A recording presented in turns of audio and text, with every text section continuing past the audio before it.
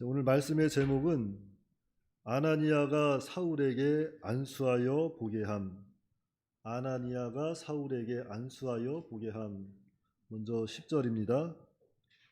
첫 번째 대지는 주께서 사울을 찾도록 명령하심. 10절로 11절입니다.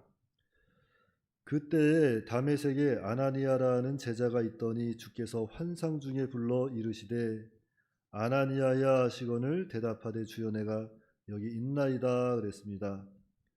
자, 사도행전 22장 12절 13절 보겠습니다.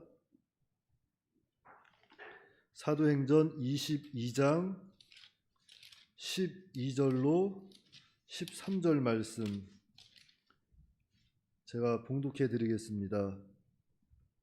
율법에 따라 경건한 사람으로 거기 사는 모든 유대인들에게 칭찬을 듣는 아나니아라는 이가 내게와 곁에 서서 말하되 형제 사울아 다시 보라 하거늘 즉시 그를 쳐다보았노라.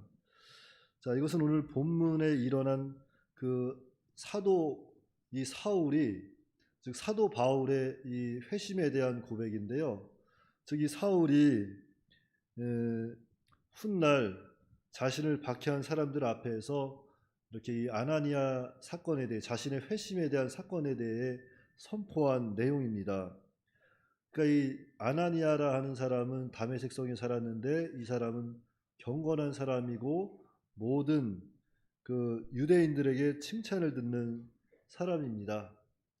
이런 아나니아를 사울에게 주님께서 환상 중에 보이셔서 이렇게 부르셨습니다.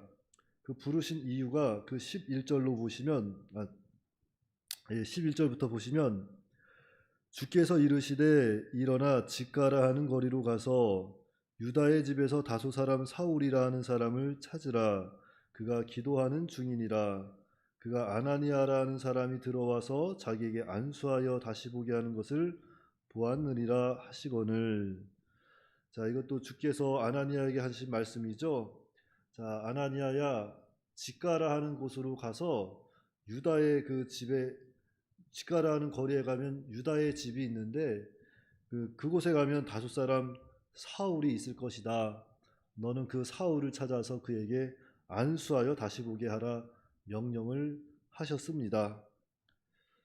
그래서 오늘 두 번째 대지는 아나니아의 질문과 주님의 답변 13절로 16절까지 말씀입니다. 먼저 13절 말씀에 아나니아가 대답하되 주여 이 사람에 대하여 내가 여러 사람에게 듣사온즉 그가 예루살렘에서 주의 성도에게 적지 않은 해를 끼쳤다 하더니 여기서도 주의 이름을 부르는 모든 사람을 결박할 권한을 대제사장들에게서 받았나이다 하거늘. 자, 이 아나니아가 이제 주님께서 직가라는 거리로 가서 사울을 만나라 하니까 아나니아가 주님께 대답하는 거예요. 아니 그동안 예루살렘에서 그 사울이 그 그리스도인들에게 행한 일, 즉 사울이 그리스도인들을 박해한 일에 대해서 이렇게 직고하는 겁니다. 그러면서 이제도 사울이 다메섹에 온 이유는 이 그리스도인들을 잡아서 예루살렘으로 데려가려고 하는 것이라고 이렇게 주님께 직고하는 거예요. 그러니까 아나니아는 이 주님의 명령을 이해할 수 없었던 겁니다. 주님을 방해하고 그 주님을 따르는 자들을 잡아 가두고 그 핍박하는 사울에게 어째서 안수하게 하시고 그의 눈을 뜨게 해서 다시 보게 하시는지 받아들이기가 어려웠던 거예요. 그러니까 주님 한 번 더 생각해 주시면 안 되겠습니까? 아니 그 명령을 좀 거두어 달라고 사실은 이렇게 주님께 한번 물어보는 겁니다. 그런데 주님께서는 뜻밖의 이야기를 이렇게 아나니아에게 들려주십니다. 15절로 주께서 이르시되 가라 이 사람은 내 이름을 이방인과 임금들과 이스라엘 자손들에게 전하기 위하여 택한 나의 그릇이라. 사울을 향하신 주님의 그 놀라운 계획을 아나니아에게 이렇게 들려주십니다. 15절로 주께서 이르시되 그러니까 이 사람 사울은 내 이름을 위하여 내가 택한 나의 그릇이다 그랬어요. 그러면서 또 말씀하시기를 그가 내 이름을 위하여 얼마나 고난을 받아야 할 것을 내가 그에게 보이리라 하시니, 그러니까 사울이 고난받을 것까지 아나니아에게 다 말씀해 주십니다. 그래서 우리가 여기서 기억해야 할 것은 경건하게 살고자 하는 사람들은 이렇게 박해를 받는다는 거예요. 예수를 믿으면 뭐 고생 끝 행복 시작 이렇게 될 것 같지만 이렇게 현실은 그것이 아니라는 겁니다. 예수님을 믿어도 믿어도 그 생활, 그 우리의 생활은 더 어려워질 수도 있고, 예수님을 잘 믿어도 박해가 있을 수 있다는 것을 우리는 말씀을 통해서 또 깨달아야 돼요. 디모데후서 3장 12절 말씀 보시겠습니다. 디모데후서 3장 12절.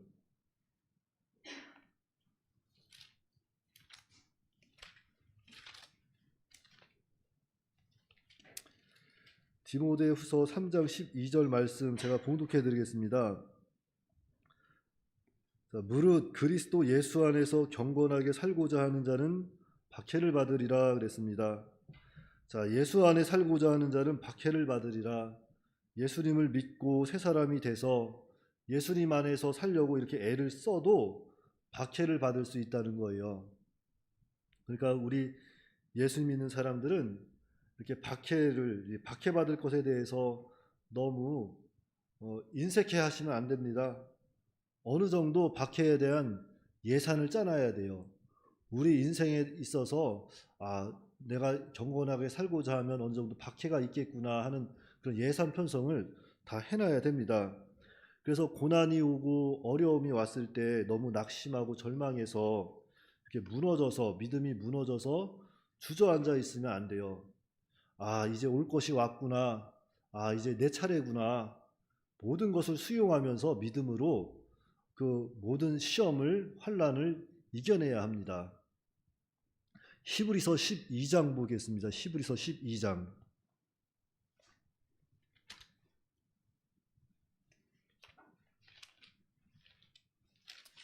자, 히브리서 12장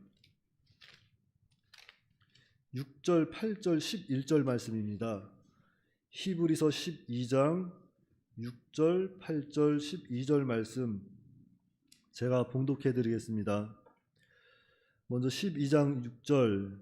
주께서 그 사랑하시는 자를 징계하시고 그가 받아들이는 아들마다 채찍질 하심이라 하였으니, 8절. 징계는 다 받는 것이거늘 너희에게 없으면 사생자요 친아들이 아니니라. 11절.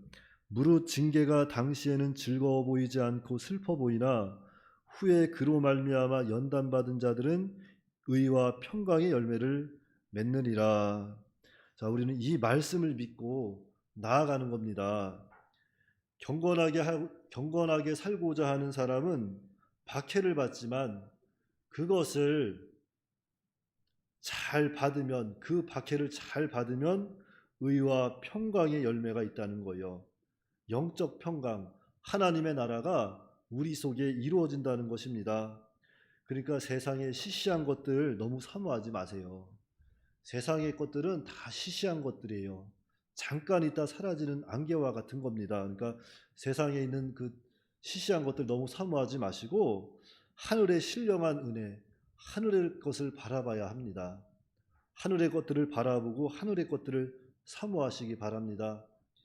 이 영원한 복을 사모해야 돼요. 세상 것은 사라져서 없어지지만 하늘나라의 것은 없어지지 아니하고 상급으로 쌓이는 겁니다. 그래서 우리가 믿음으로 한 일은 다 하늘나라의 상급으로 쌓여요. 그러니까 경건하게 살고자 하는 사람들은 박해가 있을 것이지만 그 박해를 잘 감당하면 의와 평강의 열매가 있다는 것을 우리는 잊지 않고 언제나 신령한 것, 하늘나라의 것을 바라보고 우리가 또 힘을 내야 합니다.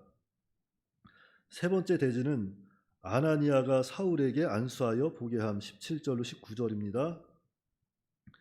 아나니아가 떠나 그 집에 들어가서 그에게 안수하여 이르되, 형제 사울아, 주 곧 내가 오는 길에서 나타나셨던 예수께서 나를 보내어 너로 다시 보게 하시고 성령으로 충만하게 하신다 하니, 즉시 사울의 눈에서 비늘 같은 것이 벗어져 다시 보게 된지라. 일어나 세례를 받고 음식을 먹음에 강건하여지니라. 사울이 다메섹에 있는 제자들과 함께 며칠을 있을세. 그랬습니다. 그래서 아나니아가 주님의 말씀을 순종해서 이 사울을 찾아가서 안수하고 다시 보게 하였습니다. 자, 그래서 이 역사는, 하나님의 역사는 믿고 순종할 때 하나님의 역사가 있는 것입니다. 우리가 기도하고 하나님이 이루어지시겠지 하고 가만히 있으면 안 돼요. 우리가 기도했으면 우리가 처해 있는 그 환경에서 내가 지금 할 수 있는 그 최선의 믿는 일을 해야 하는 것입니다. 그래서 이렇게 순종할 때 또한 하나님의 역사가 있다는 것 우리는 늘 기억해야 돼요. 그래서 우리가 인생을 살다 보면 반드시 고난은 있습니다. 고난은 있는데 그 가운데에서 낙심하지 마시고 그 가운데서 더욱더 하나님 말씀 순종해서 나가면 하나님이 결국에는 길을 열어주시는 거예요. 그래서 오늘 아나니아가 사울에게 안수하여 보게 한 이 말씀을 통해서 우리가 기억해야 할 것은, 첫째는 주님 안에 살고자 하는 자는 박해를 받는다는 것입니다. 주님 안에 살고자 애를 쓰는 자들은 박해를 받는다는 것입니다. 그리고 두 번째는 믿고 순종할 때 하나님의 역사가 있다는 것을 우리는 기억해야 합니다. 그래서 오늘 우리가 순종하기 참 어려운 때를 만났습니다. 순종하기 참 어려운 때를 만났지만, 그렇지만 그 가운데에서도 우리가 이 주님을 좀 더 의지하고 그 주님의 말씀을 좀 더 사모하면서 그 말씀 지켜 믿고 그 말씀 믿고 순종하면 하나님께서 우리의 길을 또 열어주시고 또한 인도해 주신다는 것을 확실히 믿으셔야 돼요. 그래서 이 믿음은 우리가 자라나야 됩니다. 우리가 믿음의 퇴보는 없어요. 그리고 믿음의 멈춤도 없습니다. 믿음은 자라나는 거예요.